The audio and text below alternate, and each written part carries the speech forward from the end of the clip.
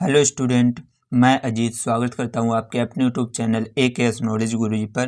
तो I hope आप लोग स्वस्थ होंगे, मस्त होंगे और अच्छे से अपनी तैयारी कर रहे होंगे।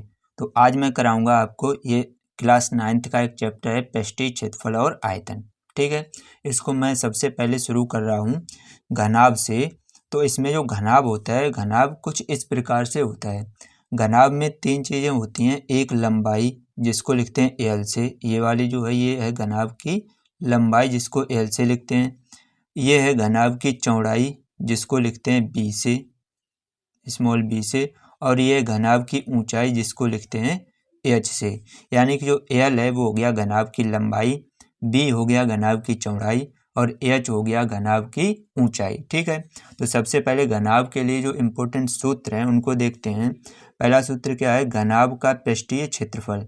घनाभ का पृष्ठीय क्षेत्रफल कितना होता है? 2 × LB plus BH plus HL। इस सूत्र को आप अच्छे से याद कर लीजिए, लिख लीजिए कॉपी में। दूसरा जो सूत्र है वो है घनाभ का आयतन।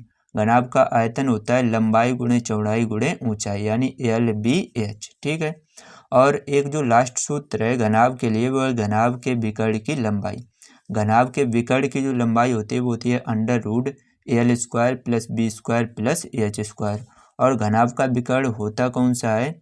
अगर देखिए इस वाले कोने से हम इस सामने वाले कोने को मिला दें तो ये एक घनाभ का विकर्ण होता है, और दूसरा अगर हम इस वाले कोने से इसको मिला दें तो ये भी एक घनाभ का विकर्ण होता है। ठीक है, ये देखने में ये लग रहा है कि ये घनाभ का विकर्ण लंबा और ये छोटा, ऐसा नहीं है।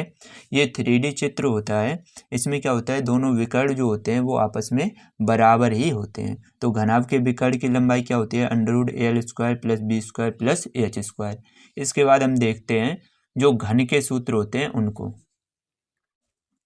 अब देखते हैं हम घन की ओर। तो जो घन होता है वो कुछ इस प्रकार से होता है।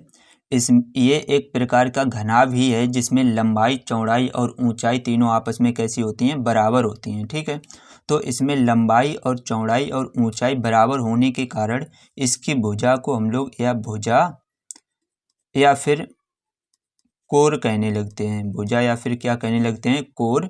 और इसको लिखते हैं ए से। ठीक है, इसको किससे लिखते हैं? ए से। तो इसके सूत्रों को देखते हैं, आप कॉपी में लिख लीजिए। पहला सूत्र क्या है? घन का पृष्ठीय क्षेत्रफल। घन का पृष्ठीय क्षेत्रफल होता है 6 गुणे भुजा स्क्वायर। तो 6 गुणे भुजा को हमने ए कहा है तो 6A² हो जाएगा। घन का आयतन होता है भुजा क्यूब। भुजा को ए कहा है तो हो जाएगा A³ ठीक है, और घन के विकर्ण की लंबाई होती है A√3, यानी भुजा गुणे √3। ठीक है, ये हो गए हमारे घन के लिए सूत्र। चलिए अब हम प्रश्नावली की ओर बढ़ते हैं और देखते हैं क्वेश्चंस को। अब शुरू करते हैं प्रश्नावली 13A। हमने इससे पहले जो घनाभ और घन के सूत्र हैं उनको डिस्कस कर लिया है। इसके बाद 13A का जो पहला क्वेश्चन है इसको ध्यान से पढ़ेंगे, कैसे हल करेंगे आइए समझते हैं। ये लिखा है, यदि एक घन की एक कोर 12 सेंटीमीटर हो तो घन के विकर्ण का मान ज्ञात कीजिए। तो मैंने आपको घन के विकर्ण का सूत्र लिखवाया था। तो सबसे पहले इसमें क्या दिया गया? जो घन की एक कोर दी गई, यानी जो ए होता है, ए का मान कितना दिया गया? 12 सेंटीमीटर। ए का मान हम लोगों को दिया गया, कितना दिया गया? 12 सेंटीमीटर। ठीक है, तो घन के विकर्ण का सूत्र लगाएंगे तो यहाँ पर लिखेंगे घन के विकर्ण की लंबाई। घन के विकर्ण की लंबाई मैंने अभी बताया आप लोगों को, क्या सूत्र होता है? A√3। ठीक है, तो ए का मान जो दिया गया वो 12 दिया गया और √3, तो 12√3 सेंटीमीटर आ गया इस घन के विकर्ण की लंबाई। तो इसी को क्या हम कर देंगे? इसी को कर देंगे आंसर। तो आई होप आपको ये अच्छे से क्लियर हो गया होगा। चलिए इसके बाद जो नेक्स्ट क्वेश्चन है उसको देखते हैं। Next question, question number 2। इसमें क्या लिखा है ध्यान से पढ़ेंगे, फिर इसको कैसे हल करें आइए समझते हैं। दूसरा क्वेश्चन दिया गया, 12 centimetre into 4 centimetre into 3 centimetre की आयताकार डिबिया में अधिक से अधिक कितनी लंबाई की सुई रखी जा सकती है। यानी एक तरीके से अगर ध्यान से देखें तो 12 सेंटीमीटर इसकी लंबाई, 4 सेंटीमीटर चौड़ाई और 3 सेंटीमीटर ऊंचाई दी गई है। ठीक है, तो इन सभी को सबसे पहले हम लिख लेंगे। तो जो लंबाई है और लंबाई को हम लिखते हैं एल से।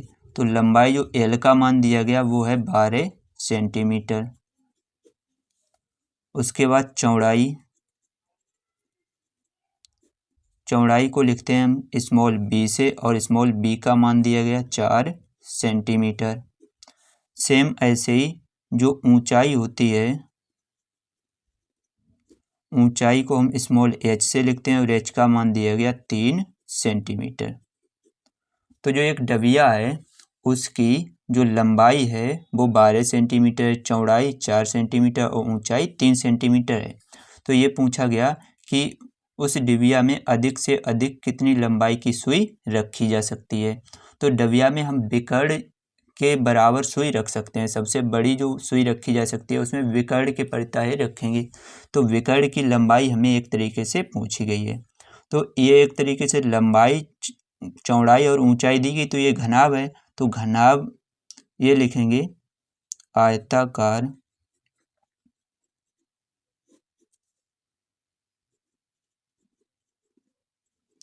डिबिया में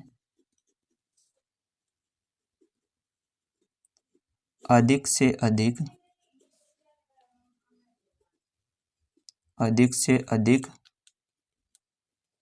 लंबाई की सुई, अधिक से अधिक लंबाई की सुई बराबर हो जाएगा घनाभ का विकर्ण। जितना लंबा उसका विकर्ण होगा उतनी लंबी उसमें सुई हम लोग रख सकते हैं। तो घनाभ के विकर्ण की लंबाई होती है √L² + B² + H²। ठीक है, इन सभी के जब मान रखेंगे तो √L का मान दिया गया 12, तो 12 का स्क्वायर, प्लस B का मान दिया गया 4, तो 4 का स्क्वायर, और प्लस H का मान दिया गया 3, तो 3 का स्क्वायर। इन सभी का जब हम लोग वर्ग करेंगे तो कितना आ जाएगा, 12 का होता है 144, प्लस 4 का वर्ग करेंगे 16, और प्लस 3 का वर्ग करेंगे 9। इन सभी को आपस में जब जोड़ेंगे तो कितना आएगा 144, ये जोड़ेंगे 6 4 10, 10 और 9 19 की 9, हासिल 1 1 1 2, 2 और 4 6 और 1 169। ठीक है, तो जब हम लोग 169 के जब हम लोग गुणनखंड करेंगे तो क्या आ जाएगा 13 × 13, तो ये जोड़ा बन गया, 13 आ जाएंगे बाहर। तो ये जो आंसर आया यानी 13 सेंटीमीटर लंबी सुई हम उस डिबिया में रख सकते हैं। तो इसी को हम क्या कर देंगे, इसी को कर देंगे आंसर। तो आई होप आप लोग ये क्वेश्चन भी अच्छे से क्लियर हो गया होगा। अगर वीडियो अच्छी लगी हो तो लाइक कर दीजिए, और अगर चैनल पर पहली बार आए हों तो चैनल को भी सब्सक्राइब कर लीजिए। आपको इसी तरीके की वीडियो इस चैनल पर मिलेगी। तो मैं उम्मीद करता हूँ आपको ये वीडियो पसंद आई होगी। चलिए मैं मिलता हूँ आपसे नेक्स्ट वीडियो में नेक्स्ट बचे हुए क्वेश्चन के साथ। तब तक के लिए जय हिंद, जय भारत, जय माता दी।